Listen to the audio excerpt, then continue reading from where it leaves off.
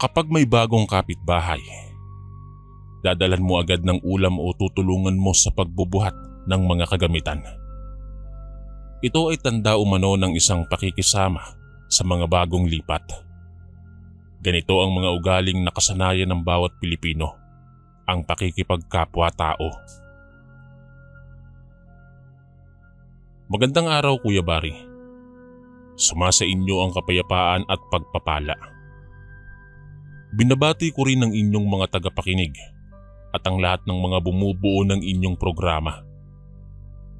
Tawagin mo na lamang po ako sa pangalang Mario, tubong San Salvador sa bayan ng Negros Occidental. Ang pangunahing kabuhayan sa aming lugar ay ang pagtatanim ng mga tubo o sugar cane. Nangyari ang kwentong ito taong 1944 kung saan ako ay 17 taong gulang. Sa panahong yon, Kuya Bari, hindi pa ganun kaunlad ang aming bayan noon at masyado pang masukal ang aming lugar sa San Salvador. Ngunit maituturing po na sagana kami sa biyaya sa pamamagitan ng mga pananim. Mula sa prutas at mga gulay hanggang sa mga tubo o sugar cane, sagana din po kami sa mga malabunduking tanawin. Halos lahat ng mga tao sa bayang ito ay magkakakilala, Kuya Bari.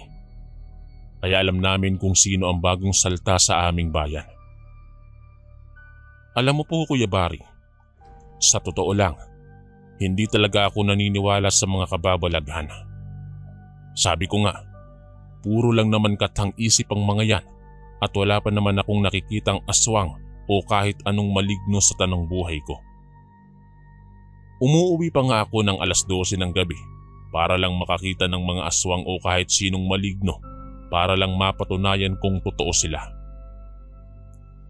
Ako kasi ang tipo ng tao, Kuya Bari, na maniniwala lang kapag nakita ko na o nasa harapan ko na mismo, ngunit tila mailap sa akin ang mga nakikita ng iba na di ko nakikita. Isang araw, Kuya Bari, habang abala kami sa paglilinis sa tubuhan, ay narinig na lamang naming bigla na lang nang nagsisisigaw si Leon. Hindi niya totoong pangalan. Si Leon ay napapabalita sa aming bayan na mayroong ikatlong mata. Nakakakita siya ng mga bagay, lugar o nilalang na ang mga may espesyal na mata lang umano ang nakakakita. Nahinto kami sa aming ginagawa nang napagtanto naming totoo na talaga ang kanyang takot na nararamdaman. Kaya agad kaming nagdali-daling tumungo sa kanyang kinaroroonan. Leon, ano bang nangyayari sa iyo at nagsisisigaw ka? Agad kong tanong kay Leon, Kuya Bari, na sa mga oras na yon ay nanginginig na sa takot. Tinanong ko siyang muli kung ano ang nangyari sa kanya, ngunit nakatulala lang siyang nakatingin sa hindi kalayuan. Sabay-sabay kaming napatingin sa tinitingnan niya at maging kami ay natakot ng bahagya. Isang babae kasi ang nakatayo sa hindi kalayuan, Kuya Bari, na may mahabang buhok at nakabestida. Nakatayo lang siya at walang kahit anong ekspresyon ng kanyang muka habang nakatingin sa amin. Noong oras na iyon ay medyo siniklaban din ako ng takot, Kuya Bari. Dahil kakaiba talaga ang babaeng aming nakikitang nakatayo sa hindi kalayuan. Hindi kasi ito kumikilos o ni kumukurap, basta nakatayo lang po siya habang nakatingin sa amin. Sinabihan ko ang aking mga kasama na pilitin si Leon na makatayo dahil baka bigla kaming sugurin ng babae. Nang akto na po kaming tatakbo ay nagsigawan pa kami sa itsura ni Aling Kuring na nakasalubong namin. Maging siya, Kuya Bari, ay napasigaw rin sa sobrang gulat niya. Dahilan para paghahampasin niya kami. Tinanong niya kami kung ano ang nangyari sa amin dahil nag-uumpukan pa kami. Lumingon kami lahat sa likod namin at muli kaming napasigaw at nagtago sa likod ni Aling Kuring. at sinabi sa babaeng nakatayo noon sa hindi kalayuan na ngayon ay nasa likod na namin na si Aling Kuring na lang ang pagtiyagaan niyang kainin. Nilingon kami ni Aling Kuring at pinaghahampas. Pinagmumura pa niya kami na noon ay normal lang sa aming mga Ilonggo. "Aling Kuring, nasa likod niyo na!" Sigaw ko kay Aling Kuring habang tinuturo ang babaeng nakatayo na sa likod niya. Nilingon naman ni Aling Kuring ang itinuturo naming babae. Muli niya kaming hinarap at pinaghahampas. Isa-isang sinabi na nababaliw na umano kami. Ako pa ang kanyang binanatan ng hampas, Kuya Bari. Dahil ako umano ang pasimuno ng lahat. Sinabi kong si Leon ang unang nagsisisigaw nang makita ang babae. Kaya natakot na lang din kami. Anya pa. Ako pa naman daw ang alam niyang hindi nagpapaniwala sa mga maligno ay naloko ni Leon. Hindi na lang umiimik si Leon at nanatiling nakasiksik sa amin. Tinanong ko naman si Aling Kuring kung kilala niya ba ang babae at sinabi niyang Esperanza umano ang pangalan ng babae. Bago itong lipat sa barangay namin at nagmula pa ito sa malayong lugar. Sabi pa ni Aling Kuring, si Esperanza daw ang nakatira sa bahay na dating bahay ng kanyang pinsan na ngayon ay nasa ibang bansa na. Sa bahay daw na yon nangungupahan si Esperanza. Ani kay Aling Kuring, Kuya Bari, nag-iisa lang daw sa barangay namin si Esperanza dahil naiwan pa sa lugar nila ang kanyang pamilya. Pag-aaralan muna kasi ni Esperanza ang pamumuhay dito bago niya kuhanin ang kanyang pamilya na ikinatango na lamang namin. Pinakilala kami ni Aling Kuring kay Esperanza at isa-isa namin siyang kinamayan maliban kay Leon na ayaw talagang makipagkamay. Napansin naman naming natawa si Esperanza at nanghingi ng paumanhin kung natakot umano niya si Leon. Ngunit sa halip na makipagkamay si Leon, ay tumakbo ito ng mabilis nang walang lingon-lingon sa amin. Napapailing na lamang kaming lahat at nanghingi kami ng paumanhin kay Esperanza na ikinangiti lang ng dalaga. Sabi pa ni Aling Kuring na baka magtatrabaho din daw si Esperanza sa tubuhan na agad namang sinang-ayunan ng aking mga kaibigan. Nabalitaan ko na 2 araw nang hindi pumapasok si Leon, kaya ipinagtanong ko sa isa naming kasamahan kung ano ang nangyari kay Leon at bakit ayaw nito na pumasok. Sinabi naman ng kasama ko na yun nga din umano ang nais niyang itanong sa akin. Dahil nagtataka siyang hindi pumapasok si Leon, gayong hindi palaliban sa trabaho ang taong yon, lalo't siya lang ang inaasahan ng kanyang ina at mga kapatid. Napagpasyahan namin na daanan namin si Leon mamayang uwian. Baka tinamaan ng lagnat sa nangyari sa kanya 2 araw na ang nakakalipas. Naging abala kami maghapon sa aming ginagawa habang ang iba naming mga kasamahan ay panay ang pambobola kay Esperanza na ikinailing na lang namin ang isa kong kasamahan. Hindi namin namamalayan ng oras, Kuya Bari. Nauwian na pala. Nag-aayos na kami ng isa kong kasamahan na kausap ko na pupunta sa bahay nila Leon nang may tila na padaan sa likod namin. Napatingin siya sa likod niya samantalang ako ay napatingin sa kanya. Anya, tila may dumaan umano sa likod namin, bagay na ikinalingon ko din. Dahil nga hindi ako nagpapaniwala, Kuya Bari, sa mga kababalaghan, ay sinabi ko na lang sa kanya na baka guni-guni niya lang gawa ng pagod. Kaya ipinagpatuloy na lang namin ang aming paghahanda at nang makauwi na at madaanan na din si Leon. Paalis na sana kami nang paglingon namin ay nakita namin si Leon. Napasigaw pa kami sa gulat, Kuya Bari, lalo na't kakaiba ang mukha ngayon ni Leon. Sinabi ng isa naming kasama na kung bakit bigla-bigla na lang susulpot si Leon at bakit hindi siya pumasok ngayong araw. Ngunit nanatili lang nakatingin sa amin si Leon at nagwikang, "May aswang dito sa barangay. Mag-iingat kayo." Masyado siyang malakas. Wika niya sabay tumakbo ng walang lingon-lingon. Nagkatinginan pa kami ng kasama ko at sinundan lang namin ng tingin ng papalayong si Leon.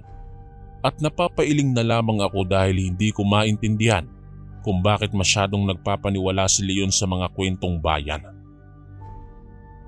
Maaari kang makinig pero wag mo namang isabuhay.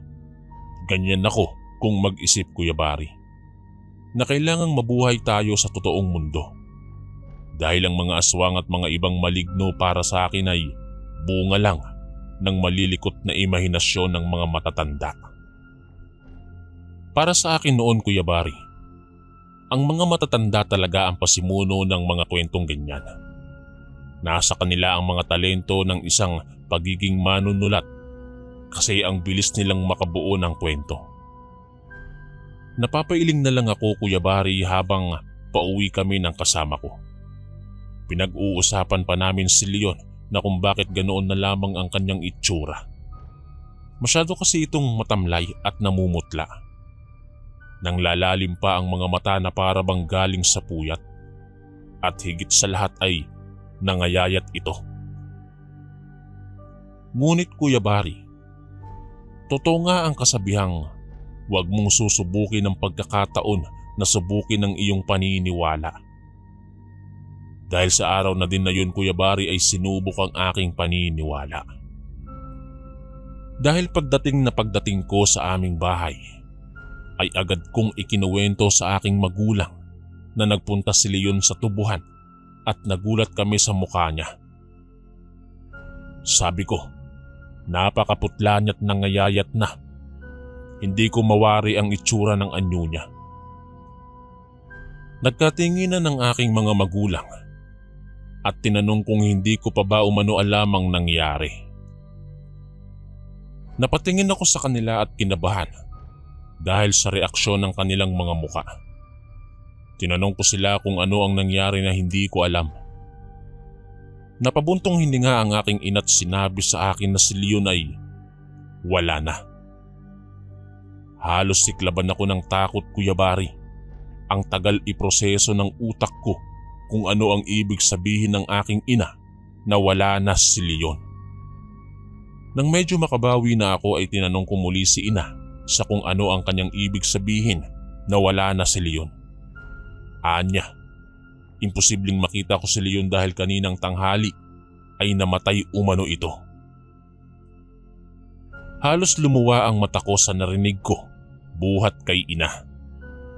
Kuya Bari, sa pakiramdam ko, parang may 1,000 daga ang nagtatakbuhan sa dibdib ko. Hindi kayang iproseso ng utak ko ang balitang wala na si Leon at yung nakita naming siya mismo ng kasama ko. Paanong wala na si Leon? Samantalang nakita namin siya kanina. Yan ang mga katanungan sa isip ko, Kuya Bari, na hindi ko alam kung paano ko paniniwalaan. Napaupo ako na lagatak ang pawis ko na sinabayan pa ng kabog ng dibdib ko. Anong ikinamatay ni Leon?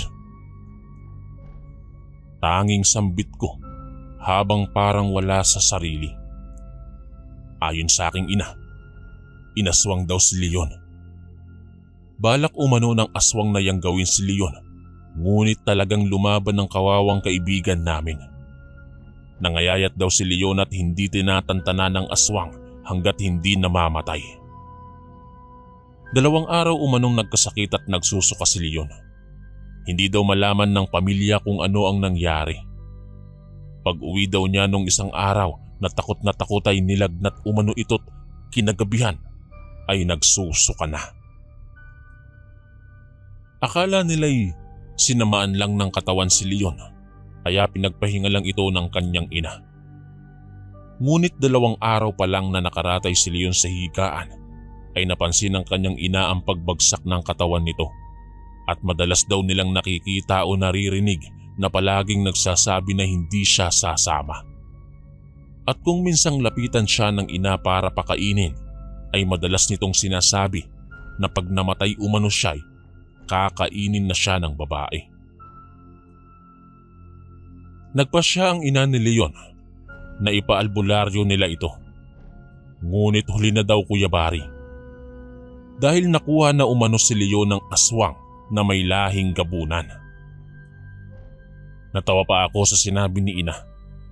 Dahil sa buong buhay ko, ngayon ko lang nalaman na may lahi-lahi din pala ang mga aswang. Noon kasi kapag sinabi mong aswang, lahat na yon. Pati manananggal na palagi ding bida sa usapang bayan. Sinabi ni ina sa akin na huwag ko daw sukatin ang panahon dahil darating din ang pagkakataon na ipapakita sa akin ang pagkakataon ng mga bagay na hindi ko pinaniniwalaan. Kinabukasan Kuya Bari, nagtungo kaming lahat ng mga kasama ni Leon sa trabaho sa kanyang lamay. Pagdating namin ay naroroon na si Aling Kuring at Esperanza. Nagkatinginan naman kami ng kasama ko na nakakita kay Leon nang makita namin ang dalaga. Alam kasi namin na ito ang kinatatakutan ni Leon nung araw na una namin itong nakita sa tubuhan. At ang naging dahilan kung bakit tumakbo noon si Leon. Kung ilalarawan mo kasi si Esperanza Kuya Bari, ay siya ang larawan ng babae na misteryoso. Hindi kasi masyadong palasalita si Esperanza at hindi rin ito masyadong palangiti. Hindi mo mababasa sa mukha niya Kuya Bari kung anong klaseng reaksyon ang madalas nakapinta sa kanyang mukha. Basta kung titingin siya sa'yo, wala itong kahit anong emosyon o reaksyon man lang. Lumapit kami sa ataol ni Leon at halos nagulat kami sa mukha nito. Masyadong nangayayat at humpiyak ang kanyang muka. Naawa kami sa kanyang naging itsura at naisip kung anong paghihirap ang ginawang pakikipaglaban ni Leon sa kanyang nararamdaman. Wala kaming kaalam-alam na nung araw na una naming nakita si Esperanza ay yun na ang huling araw na makikita namin si Leon. Nasa ganun kaming pagmamasid kay Leon nang may lumapit sa amin. Nakatingin din siya sa bangkay ni Leon. Hindi kami pamilyar sa itsura ng lalaki. Kaya sa wari namin ay ngayon lamang ito napadpad sa barangay namin. Hindi na lang kami umiimik ng kasama ko at patuloy lang kami sa pag-uusap tungkol sa nangyari nang magsalita ang lalaki. Anya, hindi matatahimik ang kaluluwa ni Leon at hindi daw iyon ang kanyang katawan. Isa umano itong katawan ng saging. Napatingin kami sa kanya at ganun din siya sa amin. Pagkuway, napangiti ito at umalis. Sinundan lang namin ang tingin ng lalaki nang lumapit sa amin si Mang Pepot. Hindi po niya totoong pangalan. Siya ang nag-embalsamo kay Leon. Anya, may napansin daw siya sa katawan ni Leon dahil matigas umano ito. Niwala daw umanong dugo na nakuha sila sa katawan ng kawawa naming kaibigan. Kaya naisip nilang baka normal lang dahil sa pangangayayat ni Leon. Kaya sa sinabi ng embalsamador ay napaisip kami na baka totoo nga ang sinabi ng lalaki tungkol sa katawan ni Leon. Nag-usap kami ng kaibigan ko na hanapin namin yung lalaki at aalamin namin ang totoo sa kanyang sinabi. Ngunit ang matinding katanungan sa aming isip ay kung saan namin hahanapin ang nasabing lalaki. Ni hindi namin alam kung ano ang pangalan o hindi nga namin halos namukhaan. Dahil saglit lamang itong nakatingin sa ataol ni Leon at umalis din. Kinabukasan, nasa tubuhan kami. Abala kaming lahat sa ginagawa namin. Ang natatandaan ko Kuya Bari, katanghali ang tapat yon at ramdam na ramdam namin ang init ng sikat ng araw. Hindi namin alam kung bakit ganun na lang kainit ng mga oras na yon. Ni wala kang makikitang ulap sa kalangitan na pwedeng humarang sa araw kahit ilang minuto lang. Napahinto muna kami sa paglilinis ng tubuhan at nagpaypay kami sa tindi ng init. Halos lahat kami ay ganoon ang ginagawa. Nakita ko pa ang ibang kasama ko na halos hindi na makahinga sa sobrang hapo. Maya-maya lang ay sinigawan ko sila na magpahinga na muna kami sa lilim at sobrang init. Baka himatayin na ang iba sa pagod. Habang paahon kami papunta sa lilim, ay may narinig kaming tila tunog ng baboy. Nagpalingalinga pa kami sa paligid kung saan ito nanggagaling.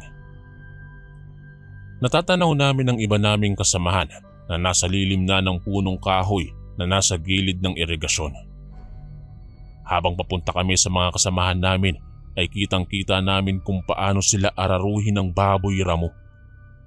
Nagsigawan kami, Kuya Bari, at dali-daling pinaghahabol ang baboy ramo. Ngunit napakatapang nito na animoy handang makipaglaban sa amin ng patayan. Naghanda na kami sa kanyang pagsugod, Kuya Bari, at sa wari namin talagang ayaw kaming buhayin ng baboy ramo. Naghahanda na rin ito na kami ay sugurin. Nang akto siyang lalapit sa amin ay tinamaan siya ng lagaraw kung tawagin sa amin. Ito ay pangtabas at pangbungkal ng mga damo o lupa. Nagsisisigaw ang baboy ramo, Kuya Bari. Namimilipit itong tumakbo palayo hanggang sa hindi na namin makita. Doon ko na naalala ang sinabi ni Leon nung nagpakita siya na ang aswang umano na naririto sa aming barangay ay napakatapang. At naalala ko din ang sinabi nung lalaki na minsang dumalaw sa lamay ni Leon na ang aswang umano ay may lahing gabunan na hindi ko alam kung ano ang kanilang kakayahan sa panahong yon. Nakita naming sugatan ng isa naming kasama at agad naming dinala ito sa pinakamalapit na pagamutan para malinisan at magamot ang kanyang sugat na dulot ng baboy ramo. Nung araw din na yon, Kuya Bari, kanilang napagdesisyonan na hanapin ang baboy ramo dahil tiyak na mapanganib ito. Ang aming ikinatatakot ay ang kapakanan ng mga kababaihan at kabataan sa aming barangay. Naglalaro na sa aking isipan na maaaring totoo ang mga bagay na kailanman ay hindi ko pinaniniwalaan. Kung totoo po sila, nanganganib ang aming kapakanan. Isang araw, Kuya Bari, ako ay papunta sa kaibigan ko para magpasamang hanapin ang lalaking nagtungo sa aming barangay.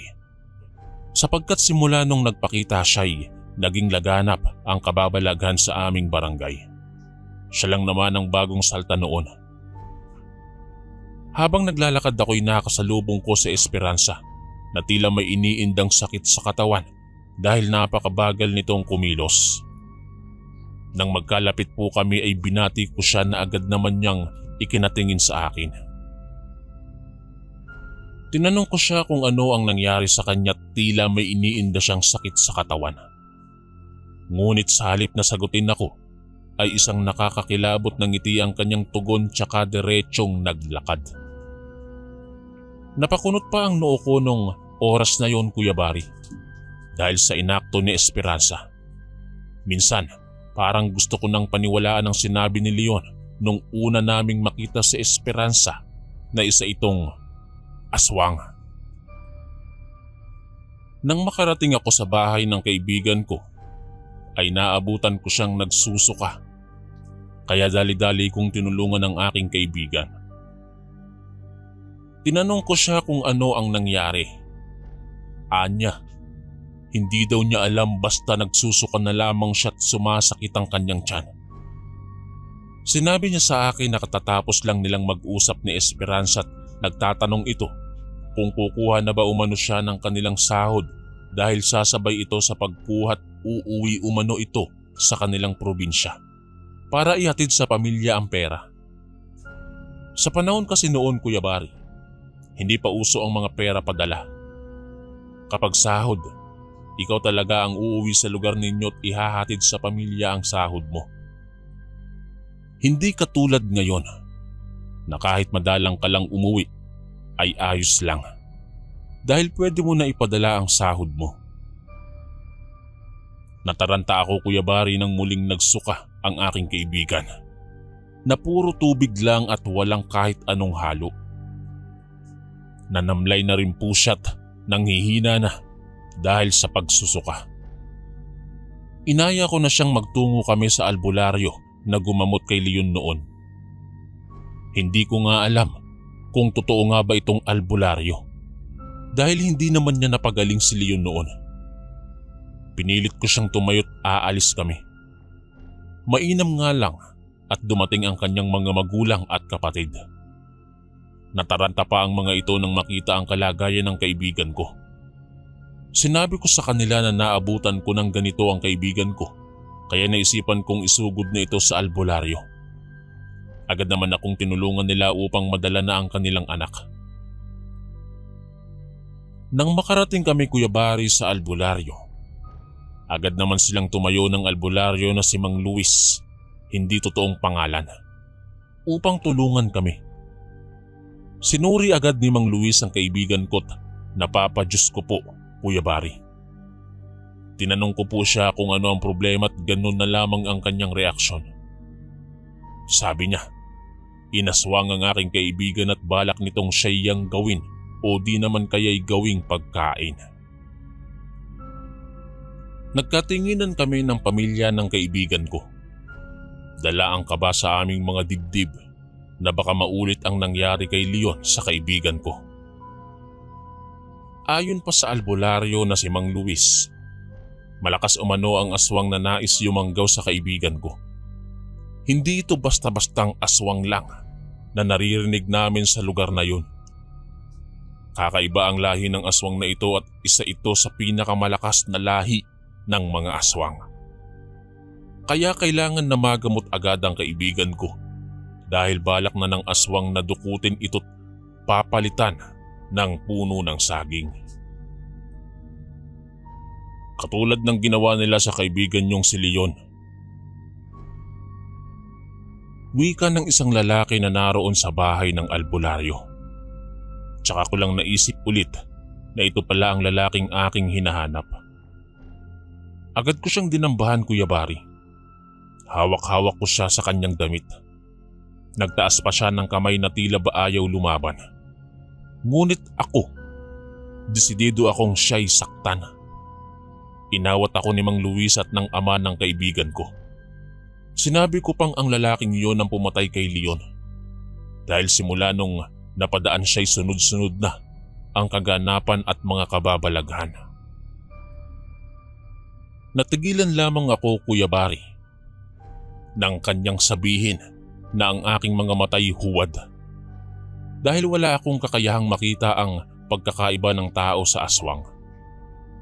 Nakakasalamuha ko na umano'y hindi ko pa nakikita sapagkat hindi ako naniniwala. Sinabi ni Mang Luis na hindi ang lalaking yon ang aswang. Ito umano ay si Kaloy, ang kanyang pamangkin na taga-Karatig Bayan at isa umano itong magaling na albularyo. Hamak na mas magaling kaysa sa kanya. Sinabi ni Kaloy na naririto siya para hanapin ang aswang. Ito ay pag-alagala umano't palipat-lipat ng lugar na sinasalanta. Mapanganib umano ang aswang na ito dahil isa itong gabunan. Mga lahi ng aswang na malakas kahit na sa araw at mas lalong malakas sa pagsapit ng gabit kabilugan ng buwan. Maganda silang mga nilalang sa umaga na akala mo'y tao talaga. Ngunit pagsapit ng kadiliman ay nagiging mabangis itong halimaw. Naisip ko, Kuya Bari, si Esperanza. Unay dahil po siya ang huling nakausap ng aking kaibigan. Pangalawa po ay napakaganda ni Esperanza. Pangatlo, kakaiba po ang kanyang ikinikilos na tila ba may kakaiba sa kanya. Hindi rin masyadong palakibo si Esperanza at palaging gustong mapag-isa.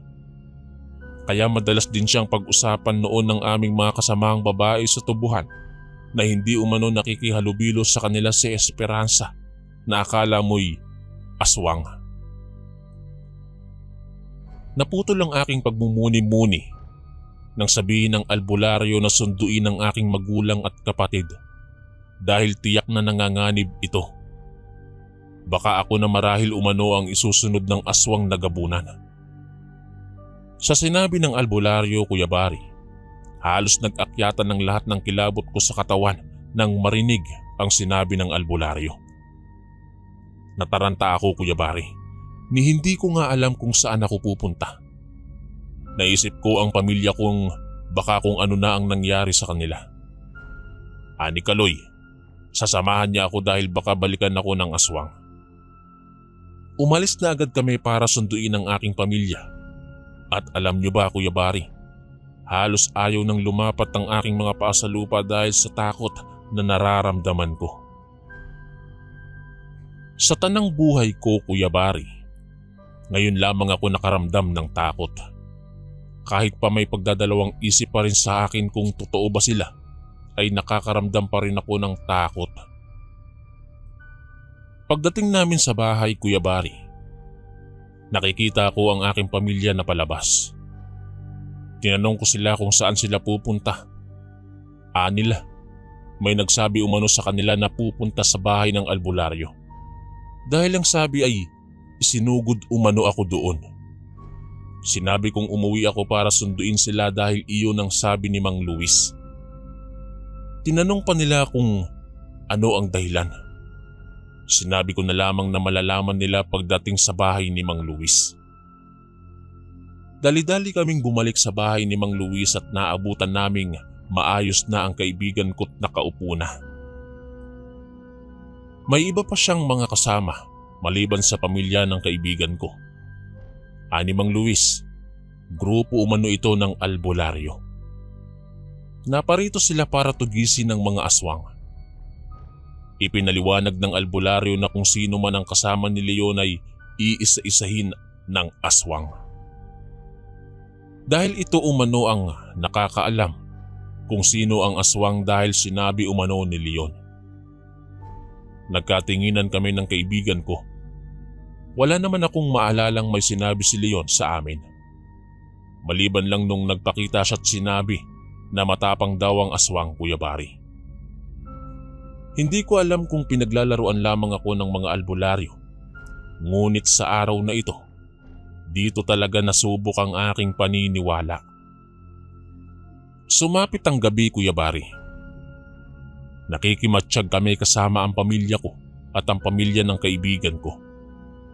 Tahimik na nagdadasal ang mga albularyong tinipon ni Mang Luis habang si Kaloy ay nasa labas.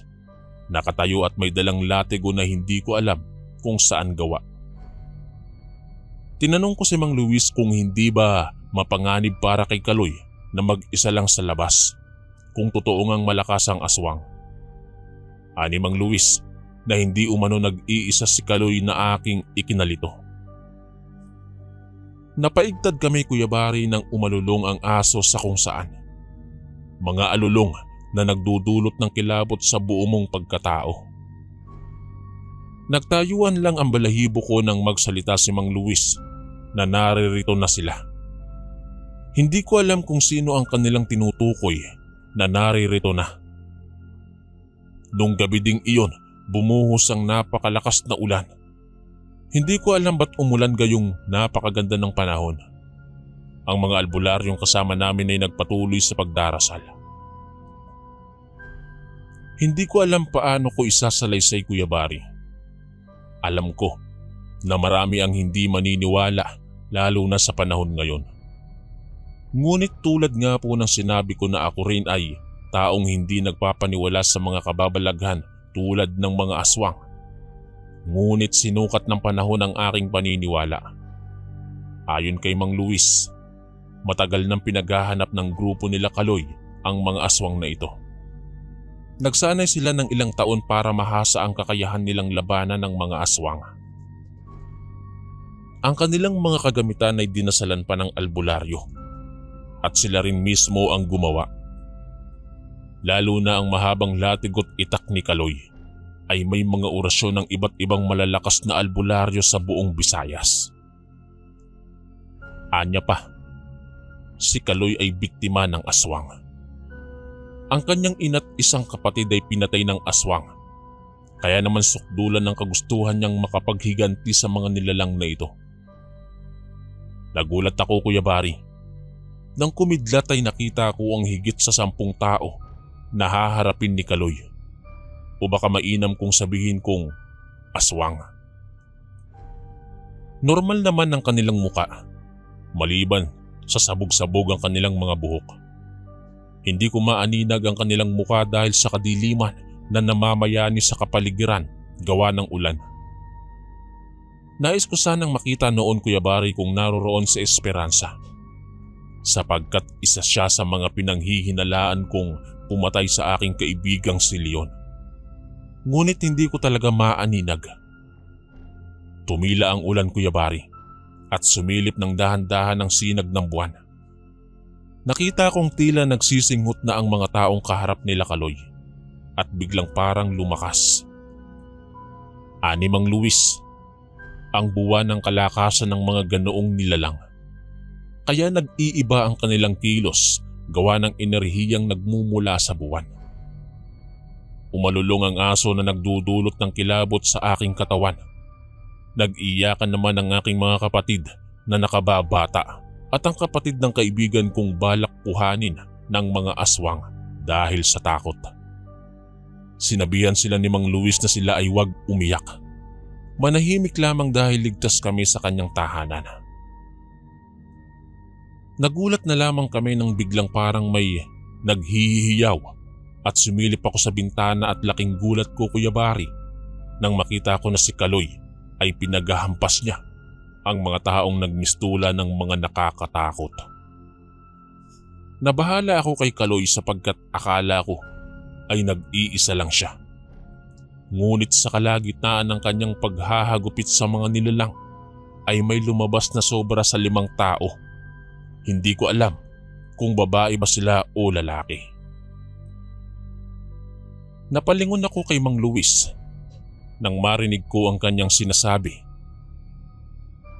Sinasabi ko na nga ba, isa siyang aswang. Agad kong nalingon ang nasa labas dahil baka si Esperanza ang kanyang ibig sabihin na aswang. Dahil ito lang naman ang bagong salta sa aming barangay. Tinitigan kong mabuti ang mga nilalang na tinatawag nilang aswang para siguraduhin na tama ang aking hinala. Ngunit nagkamali ako ng hinala. Bagkus nagulat ako sa aking nakita Kuya Bari. Kinilabutan ako dahil ang aswang na nakita kong isa sa nakikipaglaban kay Kaloy ay ang taong matagal na naming nakakasama. Walang iba Kuya Bari, kundi si Aling Kuring at ang kanyang pamilya. Hindi ko talaga lubos maisip Kuya Bari na ang isang mabait na ginang ay mabangis pala pagsapit ng gabi. At hindi pa basta-bastang uri ng aswang. Anila, ang mga aswang umano ay hindi naman nang tatalo ng kapitbahay. Kaya nga daw mas mainam pang magkaroon ka ng aswang na kapitbahay kaysa magnanakaw. Ngunit bakit si Aling Kuring ay tinatalo niya kami? Napalingon ako kay Mang Luis Kuya Bari nang sabihin niyang hindi siya makapaniwalang si Kuring ang aswang. Anya pa, si Aling Kuring lamang ang nakatira dito para maging espiya ng kanyang angkan. Hindi man siya literal ang nananalanta, pero sa kanya nanggagaling ang mensahe kung sino ang pwedeng aswangin o hindi. Nagkamali ako ng hinala kay Esperanza. At saka lamang sumagi sa isipan ko na kung hindi si Esperanza ang aswang na yon, sino ang nakita ni Leon? At ano ang nangyari sa kanya nung isang araw na paika-ika siyang maglakad? At nasaan siya ngayon? Yan ang mga katanungan sa isip ko Kuya Bari na gusto kong masagot. Magtatanong na sana ako Kuya Bari kay Mang Luis kung kilala niya si Esperanza ay hindi ko natuloy nang may mapansin ako sa isang kasamahan ni Kaloy. Lumapit pa ako sa bintana para aninawin kung sino at laking gulat ko na si Esperanza ang isa sa mga tumutugis sa aswang. Pareho sila ni Kaloy na magaling makipaglaban. Kahit paminsan ay natatamaan siya ng mga kalmot ng aswang. Matindi Kuya Bari ang naging labanan nila. Itak laban sa kalmot at latigo laban sa suntok. Hindi katulad sa mga palabas na kapag natatamaan ang aswang nung bida ay umuusok ang katawan nila. O di naman kaya'y may kung anong lumalabas sa kamay o sandata ng bida at aswang. Walang ganun, Kuya Bari. Ang nakikita kong laban ay parang mga kapitbahay mo lang na naglalabasan ng tapang. Kapag namatay kay paglalamayan ka. Napahanga ako sa paraan ng pakikipaglaban ni Kaloy at Esperanza, na kahit nahihirapan na sila'y sinisikap nilang makatayo. Maya-maya'y nagdatingan ng mga tao mula sa kung saan na may dalang bangkaw. Tinugis nila ang mga aswang. Nakita kong tumatakbo na palayo ang lahi ng aswang at hinabol nila ito papunta sa kagubatan. Hindi ko na alam, Kuya Bari, kung ano ang naging kasunod ng labang yon. Nabalitaan ko na lang na wala na si Aling Kuring sa baryo namin. At nalaman ko na ang dalawang bagong salta sa aming barangay na si Esperanza at Kaloy ay magkapatid at nagsasanay na makipaglaban sa mga aswang sa ilalim ng pagsasanay ng mga grupo na may anting-anting. Uso kasi yan noon, Kuya Bari, sa panahon ko. Nais ko nga sanang umanib noon pero ang sabi ni Kaloy ay may kalakip itong malaking responsibilidad. At kaya pala iika-ika si Esperanza ay galing sila noong araw na yon sa pagsasanay. At kailangang panatilihin ni Esperanza ang kanyang nakakatakot na anyo para hindi magduda ang tunay na mga aswang. Nung araw na makita siya ni Leon, alam niyang nasa paligid ang aswang nung araw na yon. Kaya nagkunwari siyang nakakatakot. At ang lakas ng enerhiyang nasagap ni Leon ay sa aswang na sahula ni Esperanza mula sa asawa ni Aling Kuring. Nanghingi ako ng tawad sa kanya dahil napagkamalan ko siyang aswang at siya ang baboy ramo na tinamaan namin noon. Natawa lamang si Esperanza at sinabing nauunawaan niya. Sa ngayon, Kuya Bari, ang alaalang yun ay binaon ko na lang sa limot. Ngunit hindi pala ganoon kadali dahil sasagi at sasagi ito sa iyong utak. Sa ngayon ay masaya na ako sa aking pamilya dito sa Cavite. Dito ko nahanap ang aking panghabang buhay. At sa katunayan, ang aking asawa ang nagtitipa ng bawat sasabihin ko. Dahil mas sanay siya sa mga makabagong teknolohiya. Wala kasi akong alam, Kuya Bari, sa mga ganitong bagay. Ganyan siguro kapag hindi ka nakapagtapos ng pag-aaral. Hindi ko na rin ibinahagi ang aking karanasan sa mga anak ko. Dahil sa panahon ngayon, hindi na uso ang mga kwento. Dahil lahat ng mga kwento maaari mo nang mabasa sa kahit anong plataporma. Salamat, Kuya Bari, kung mapipili mo ang aking istorya. Kung pala rin man, ay ikinagagalak ko ito. Ang masasabi ko lang sa mga nakikinig, ayos lang na hindi paniwalaan. Hindi ko kailangan na ipilit. Ang mahalaga ay isa ako sa mga taong nakaranas sa mga aswang. Muli po, nagpapasalamat po ako at binabati ko po kayo ng isang mapagpalang araw. Gumagalang, Mario. Ito naman po ang ating pangalawang kwento. Sa isang liblib na lugar ng Baryo Fatima ay nakatira ang mag-asawang sina Mang Dodoy at Aling Roseta. Buy and sell ang kanilang trabaho.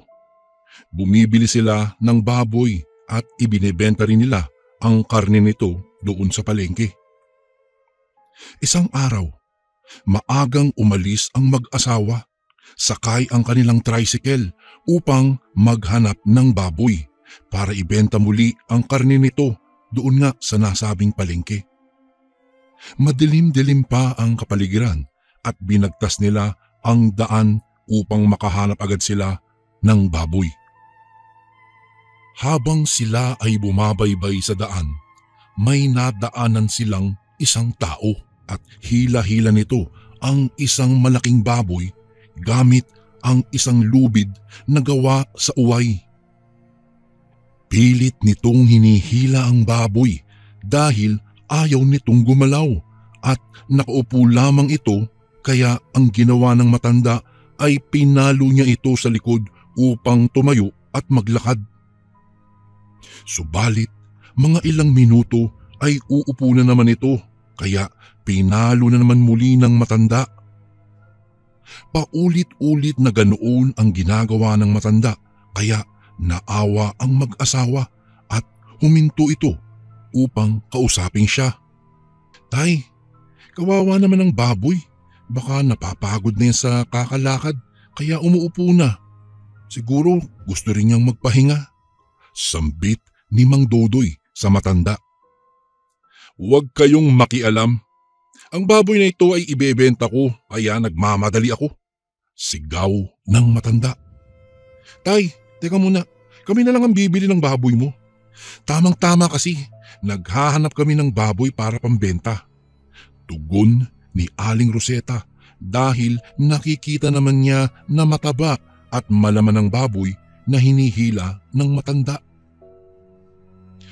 "Doon ko ito bibenta sa kakilala ko, kaya umalis na kayo rito." Paasik na sagot ng matanda. Sa narinig nila ay mabilis silang tumalikod upang makaalis. Subalit hindi pa sila nakakalayo ay tinawag sila ng matanda, kaya bumalik sila. "O sige. Pumapayag na ako, bilhin nyo tong walang kwentang baboy na ito. Pero dapat katayin nyo agad para hindi kayo malugi." Wika ng matanda at iniabot ang tali kay Mang Dodoy. Pagkatapos mabayaran ang matanda ay umalis na sila. Napangiti naman ang mag-asawa dahil sa laki ng baboy ay hindi sila lugi kahit hindi ito tinimbang ng matanda. Umuwi ang mag-asawa upang katayin na ang baboy para ibenta na sa palengke ang karni nito. Subalit napansin nila na ang baboy ay parang umiiyak at ang boses nito ay hindi katunog ng isang ordinaryong baboy, kung hindi parang isang bata na animoy nagmamakaawa. Sa kanilang narinig ay nangilabot ang mag-asawa. Hindi na lang nila pinansin. Isa pa ay tila paus ang boses nito. Pagdating sa kanilang bahay ay agad nilang kinulong ang baboy at nagpakulo na sila ng tubig. Naghasa na rin ng itak at kutsilyo si Mang Dodoy at si Aling Rosita naman ay hinahanda na ang mga lalagyan ng karne ng baboy. Habang abala sila sa ginagawa ay nagising ang kanilang anak na babae dahil sa ingay ng iyak ng baboy. "Tay, sino ba ang batang umiiyak at nagmamakaawa na huwag siyang patayin?" Tanong ng bata habang nagmumuta pa ito. "Wala naman akong narinig na umiiyak na bata, anak . Ano ba pinagsasabi mo? Ang baboy lang ang naririnig kong umiiyak." Sagot ni Mang Dodoy. Dahil sa sinabi ni Mang Dodoy ay umalis na lang ang bata at nagtungo naman ito sa kanyang ina upang tanungin ito kung naririnig nito ang batang umiiyak at tila humihingi ng tulong upang huwag siyang patayin. Subalit ganoon pa rin ang sagot nito. Wala rin siyang naririnig na batang umiiyak maliban sa baboy na para ring umiiyak. "Hay nako, kumain ka na lang anak at baka gutom lang yan. May piniritong isda doon sa lamesa at ikaw na lang ang gumawa ng sausawan mo kasi abala pa ako dito sa mga ginagawa ko . Wika ni Aling Roseta sa kanyang anak. Pumunta na nga sa lamesa ang bata upang kumain. Kinuha niya ang matalim na kutsilyo at kumuha ng 3 pirasong kalamansi upang ilagay sa kanyang sausawan. Piniga niya ito, subalit sa pangatlong kalamansi ay tumalsik ang katas nito sa kanyang mata, kaya napapikit siya sa hapdi. Bago ko po ipagpatuloy ang kwentong ito ay may request sana ako sa iyo kasundo. Isang pindot lang ito kasundo sa subscribe button namin. Malaking tulong po ito sa amin kasundo upang mapagpatuloy pa namin ang mas marami pang magagandang kwento. Salamat sa pag-subscribe mo, bagong kasundo.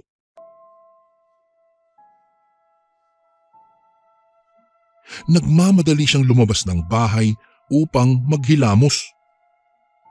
Paglabas ng bahay ay kinusot-kusot niya ang kanyang mata na halos nagluluha na dahil sa hapdi. Habang naglalakad ay napatingin siya sa kulungan ng baboy dahil naroon malapit ito sa gripo. Biglang nanlaki ang kanyang mga mata dahil sa kanyang nasaksihan. Dahil ang nasa kulungan ng baboy ay isang batang nakatali ang liig at patuloy na umiiyak.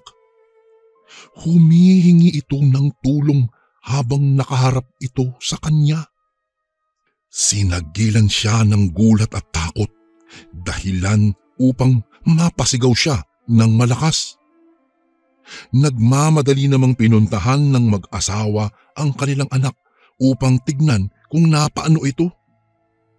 Pagdating ng mag-asawa sa kinaroroonan nito, ay nakaupo ito sa lupa at nanginginig sa takot habang nakaturo ang hinduturong daliri nito sa kulungan ng baboy. Ano bang nangyari sa iyo, anak? Tanong ng ama. Lumapit ito at pinakalma ang bata. Tay, may bata sa loob ng kulungan ng baboy.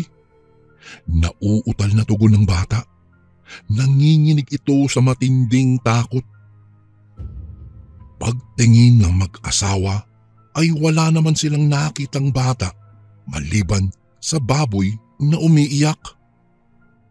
Kaya dinala nila ang kanilang anak sa loob ng bahay upang kumalma. Mga ilang minuto ay nahimasmasa na ang kanilang anak, kaya tinanong nila ito ng maayos. Doon ay nalaman nila na ang nakita ng kanilang anak na nakataling baboy ay tila isang bata at hindi iyon baboy. Nagimbal ang mag-asawa sa narinig nila sa kanilang anak, subalit si Mang Dodoy ay hindi pa rin ito naniniwala dahil ilang taon na itong nagkakatay ng baboy at ngayon lang siya nakarinig na ang bata ay naging baboy. Kaya pumunta na ito doon sa kulungan ng baboy para katayin ito, para mabenta na nila ang karne nito sa palengke. Pilit naman siyang pinipigilan ng kanyang asawa at hindi ito nakinig dahil ang nasa isip nito ay nalipasan lang ng gutom ang kanilang anak, kaya kung ano-ano lang ang nakikita. Bago umalis si Mang Dodoy ay kinausap ni Aling Roseta ang kanyang anak kung paano niya nakita ang baboy na naging bata.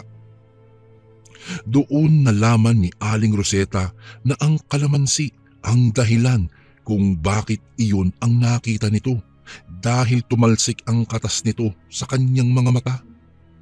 Naririnig na nila ang iyak ng baboy.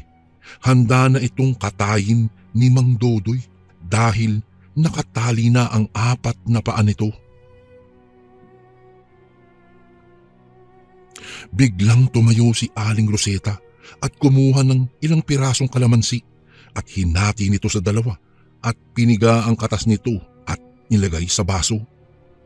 Bago pa saksakin ni Mang Dodoy ang baboy sa liig, ay agad na tinapon ni Aling Roseta ang katas ng kalamansi sa katawan ng baboy. Dahil sa ginawa nito ay nagalit si Mang Dodoy at sinigawan niya ito. Ano ka ba naman, Roseta? Bakit mo binasa ng kalamansi ang katawan ng baboy? Alam mo namang mahihirapan tayong tanggalin ang balahibo nito kapag may kalamansi sa balat. Malakas na sambit ni Mang Dodoy at binalikan ang baboy upang patayin na ito. Paglingon ni Mang Dodoy ay nanlaki ang kanyang mga mata dahil ang ulo ng baboy ay nagiging itim. Iyon pala ang buhok ng bata. Unti-unti ay nagpakita ito ng anyo. Sa nasaksihan ay halos mapatalon sa sindak ang dalawa. Ang baboy na nakita nila kanina ay naging isang ganap na isang batang babae. Malusog ito at umiiyak habang nagmamakaawa na huwag siyang patayin. Nabitiwan ni Mang Dodoy ang hawak niyang itak dahil sa awa sa batang nakatali.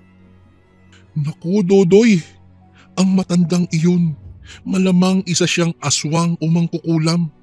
Malamang pinainom niya ang batang ito ng kung anumang klaseng langis o kung anuman na may orasyon para maging baboy ito.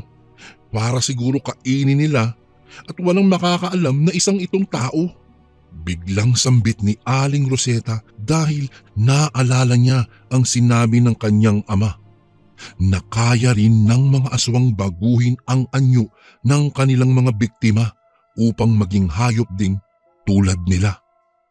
Halos umiyak si Mang Dodoy sa sinabi ng kanyang asawa dahil kung hindi niya ito tinapunan ng kalamansi ay hindi mapuputol ang orasyon ng aswang na mangkukulam dito at siguradong nakapatay na siya ng bata na walang kalaban-laban.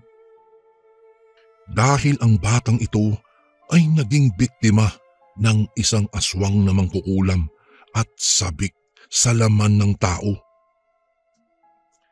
Hinanap nila ang matandang nagbenta sa kanila ng baboy, subalit hindi na nila natagpuan ito. Wala ding nakakakilala rito. Ang ibig sabihin nito ay dayo lamang ang matandang iyon sa lugar nila. Nais lang nitong mambiktima ng mga taong walang kamalay-malay.